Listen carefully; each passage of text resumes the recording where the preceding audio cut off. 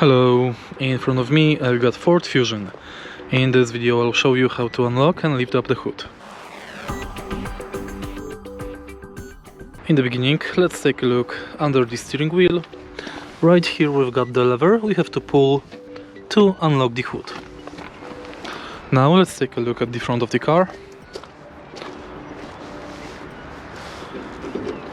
Pull up the hood a little bit and now locate the second lever, which is right here under the Ford logo.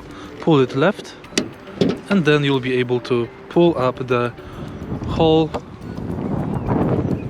hood.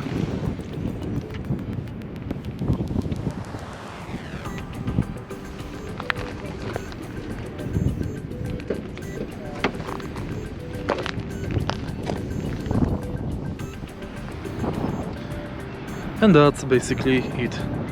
If you find this video helpful, please leave like, comment and subscribe.